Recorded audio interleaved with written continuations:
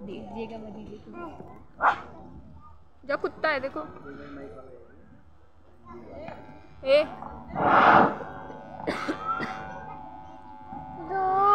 बहुत बहुत धन्यवाद हिमांशु जी। सबसे पहले तो मैं धन्यवाद देना चाहूँगी। हाँ भी ले लो तब तक फोन से खेल लो। रुद्रांश जो मुझे रुद्रांश इस मुकाम तक पहुँचाए हैं, मुझे यहाँ इस मुकाम तक पहुँचाने अरे उसको ऑन कर लेता है। साथ साथ जो आज मुझे सम्मानित कर रहे हैं, इस सम्मान का हकदार केवल मैं अकेले नहीं हूँ, आप भी हैं और मेरे पति मिस्टर दुर्गेश वर्मा जी हैं, क्योंकि मैं अकेले यहाँ तक नहीं पहुँची हूँ। जहाँ तक आपने मुझे यहाँ आने का एक सहारा दिया, तो मैं मेरे पति ने मुझे हर कदम पर, हर सुख दुख में, हर पल मेरा हौसला बढ़ाते रहे। इन्हीं शब्दों के साथ यहाँ पर उपस्थित सभी गणमान्य विद्यार्थी, सभी शिक्षक, सभी शिक्षिकाएं, अभिभावकगण और देश के भविष्य के प्रधान नन्हे मुन्ने बच्चे, सभी को मैं तहे दिल से नमस्कार करती हूँ, धन्यवाद ही करती हूँ कि आप लोग इतना अच्छा प्रोग्राम कर रहे हैं। क्योंकि जो बच्चे हैं, इनके अंदर जो प्रतिभा देख रही हूँ, इस गांव में इतने छोटे से स्कूल में भी अगर कहूँ, इतना अच्छा प्रतिभा आप लोग के अंदर है और आप लोग कहीं भी प्रदर्शन करना आसान नहीं होता है। छोटे से छोटे बच्चे कितना अच्छा से प्रदर्शन कर रहे हैं। मुझे उम्मीद है कि आगे चलकर बच्चे आप लोग बहुत आगे जाएंगे। मैं भी आप लोगों की तरह ही छोटे से स्कूल से ही प्राइमरी विद्यालय से अपनी प्राथमिक शिक्षा ग्रहण की थी। उसके बाद मैट्रिक शिक्षा आप लोग सुने होंगे आर्य कन्या मिश्री राधा कन्या इंटर कॉलेज टांडा से मैंने किया था। उसके बाद इंटर लास्ट का ईयर था, मैंने यहीं से जयराम वर्मा इंटर कॉलेज नौसांडा से प्राप्त किया था। उसके बाद एक साल में ये कर रही थी और जो यहाँ पहुँची हूँ उसका श्रेय पूरा भैया को लेती हूँ, क्योंकि मैं BA ही कर रही थी और भैया हिंदी पढ़ा के निकले थे और मैं वहाँ से निकली। भैया बोले बहनी एक फॉर्म में साइन कर दो। मैं बोली भैया क्या करना है? भैया बोले बहनी बस डॉक्टर बन। तो बस मैंने साइन किया था और एक फोटो भैया मांगे, वही दे दिए थे, जिसका आज परिणाम है कि यहाँ तक मैं पहुँची हूँ। वहाँ से करके मैं प्रोफार्म का रेंडी यूनिवर्सिटी आप लोग सुने होंगे, नरेंद्र कृषि और प्रौद्योगिकी विद्यालय कुमारगंज फैजाबाद, वहाँ से मैंने BSc डिग्री की थी होम साइंस से। फिर उसके बाद मैंने अपनी MSc की डिग्री चलते का राजा कृषि और प्रौद्योगिकी विश्वविद्यालय कानपुर से, ये आप लोग सुने होंगे पब्लिक सोर्स मैनेजमेंट में, वहाँ से मैंने विषय से मैंने MSc की। साथ ही साथ 2004 से लेकर 8 तक मैंने वहाँ से PhD ग्रहण किया। PhD कर ही रही थी तब तक मेरी शिक्षिका थी, जो मेरी गाइड थी, डॉक्टर रेखा दयाल मैम, जिनके सहयोग से बहुत मार्गदर्शन मुझे उनका भी मिला है। तो 1.5 साल जैसे ही मैंने अपनी पढ़ाई कंप्लीट की, तुरंत उन्होंने मुझे टीचिंग में रख लिया। पैसे 10,000 पर मंथ आती थी, जिससे अपना PhD का खर्चा भी चलता था और पढ़ाई भी कर रही थी और 7 बच्चों को MSc और BSc के बच्चों को पढ़ाती थी।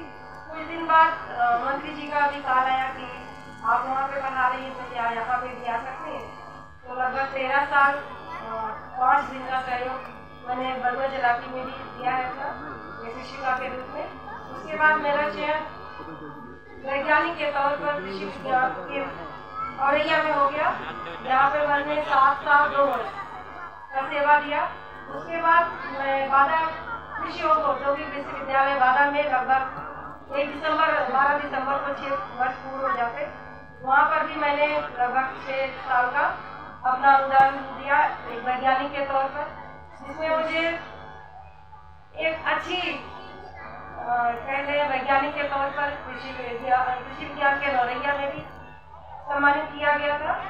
और सेम उसी तरह से मुझे पिछले लास्ट 26 जनवरी को बादा के कुलपति महोदय के द्वारा भी मुझे उत्कृष्ट सम्मान से सम्मानित किया गया, ताकि 7 बादा के अंदर 7 कृषि विद्यालय के अंदर 7 कृषि विज्ञान केंद्र है, जिसमें से मुझे सम्मान किया गया था कि एक अच्छी उत्कृष्ट कार्य करने वाली विषय के रूप में। इसके बाद सिर्फ विश्वविद्यालय ही नहीं, बल्कि आप लोग अगर जानते होंगे कृषि विज्ञान केंद्र जितने भी उत्तर प्रदेश के या पूरे भारत के लगभग 745 कृषि विज्ञान केंद्र है। उसका संचालन भारतीय कृषि अनुसंधान परिषद नई दिल्ली द्वारा होता है। वहाँ से भी मुझे उत्कृष्ट लेख, उत्कृष्ट कार्य के लिए भी सम्मानित किया गया है। और ऐसे ही अनेक संस्थानों द्वारा मैं सम्मानित। अच्छा रुको पहले खत्म करो। पहले ये बताओ डांस करो। आज सिलेक्शन हुआ है वो भी भारतीय कृषि अनुसंधान परिषद के द्वारा ही पूरे इंडिया में 38 जिसमें से महिला के रूप में मेरा चयन हुआ है। अभी लेना, अभी जब वो बोल लेंगे ना तब गाना। महिला चयन हुआ तो मेरा हुआ है। इस तरह से अपने आप को कभी-कभी गौरवान्वित महसूस करती हूँ कि आप लोग के बीच से ही, आप लोग के सहयोग से, आप लोग के आशीर्वाद से वो भाग गया। निकली हूँ। अभी आएगा तब नागालैंड दीमापुर में जा रही है कुमारी जी, तो 60 पैसे के लिए जा रही है।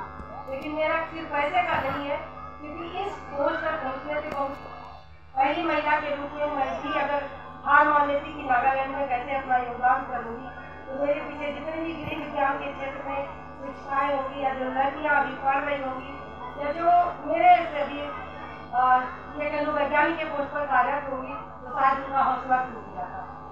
तो उनके हौसले को भी बढ़ाने के लिए कि और लड़कियां आगे आ जाएं और सभी लोग जितने भी अभिभावक यहाँ पे आए हैं या जहाँ तक मेरी आवाज़ जा रही हो, वो लोग कम से कम बताएं कि अपनी लड़कियों को भी, अब लड़कियाँ बोझ नहीं है, उनको भी हम लोग पढ़ा करके फिल्म चंद्रावल लड़कियाँ सिर्फ एक आस्था बुला दो। आस्था कह दो फिल्म चंद्रावल आगे बढ़े, पढ़े। और जैसा कि मैं कह रही हूँ कि कुछ लोग कहते हैं कि शादी हो गई, आगे अभाव रहा, मैं नहीं पढ़ पाई। मैं भी बता दूँ कि मेरी शादी 13 साल 4 महीने की तभी हो गई थी, लेकिन मेरे पति का पूरा सहयोग रहा। हर समय हर पल जब भी मैं हार मान लेती थी तभी मेरा हौसला बढ़ाते रहे, हरदम मेरा साथ दिए, मैं बढ़ती रही। तो मैं ये कहती हूँ कि कभी कहें कि ये अभाव है तो वहाँ पे गलत है। अगर आप सच्चे मन से, लगन से और अपनी मेहनत से काम करेंगे तो कभी फेल नहीं होता। हमें जो भगवान हमारी परीक्षा लेता है लेकिन हमें कभी परास्त नहीं करता। ऐसे मैं भी बहुत दिन रात एक की हूँ और दिन रात एक करने में कभी कभी पूरी रात काम करते थे, ऑफिस में बैठे रहते थे। ये मेरे पास जाते थे कि कहाँ पर पहुँची हूँ, रात में अकेले बैठी हूँ, फोटोकॉपी कर रही हूँ, भर रही हूँ, 3-4 चक्कर लगाते थे, पूरी रात भी नहीं। एक फॉर्म भरने में मुझे लगता 5-6 एक महीने लग जाते थे। उसमें से 5-6 दिन ऐसे आते थे कि जिसमें मैं 5 घंटे भी नहीं सो पाती। और जो ये मुकाम मिला इसमें मुझे लगता जिस दिन फॉर्म भरना था एक ही दिन का टाइम मिला था और उस दिन 25 मिनट पूरी रात फॉर्म भरी, पूरा दिन फॉर्म भरी। सब लोग कहते फॉर्म भरने में कितना टाइम लगता, लेकिन ये हम लोग का अप्लाई करना था पूरे 1 महीने लग जाते हैं उसके पेपर इकट्ठा करने में, उसको अच्छे से लिखने में। पूरे पेपर इकट्ठा करने 7-10 दिन लगाए, 7-7 ऑफिस का काम। एक महिला होने के नाते पूरे घर का भी काम होता है। तो सारा कुछ करते हुए भी जिस दिन लास्ट डे था 11 को फॉर्म सबमिट करना था, 10 की पूरी रात में माँ 20 मिनट रसोई थी और पूरा दिन रात लगी रही, बढ़ती रही। और अपने उत्तर प्रदेश से हम लोग 5 लोग, अपने कृषि विद्यालय से 5 लोग हम भरे थे, जिसमें सिर्फ मेरा चयन, जो कहते हैं कि स्क्रीनिंग होती है आपके फॉर्म का, स्क्रीनिंग में पूरे अपने बाधा से मैं आई थी।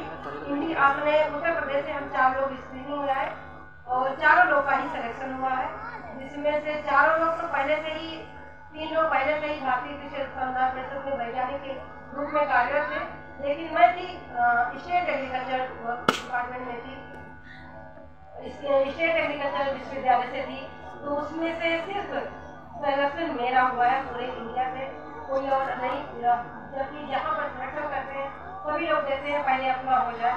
उसी तरह से अगर देखें तो मेरे लिए एक महिला के रूप में और एक देखें कि सिस्टम से नहीं तो रूप एक चैलेंजिंग था, उस चैलेंजिंग को मैंने स्वीकार किया। और जहाँ जॉब भी मिली है, दीमापुर भी एक चैलेंज है। अगर मैं देखूँ एक महिला के रूप में तो चैलेंज है, एक माँ के रूप में भी बहुत कठिन है कि अपने परिवार को, बच्चे को छोड़ के जाना, नौकरी करना बहुत ही कठिन है।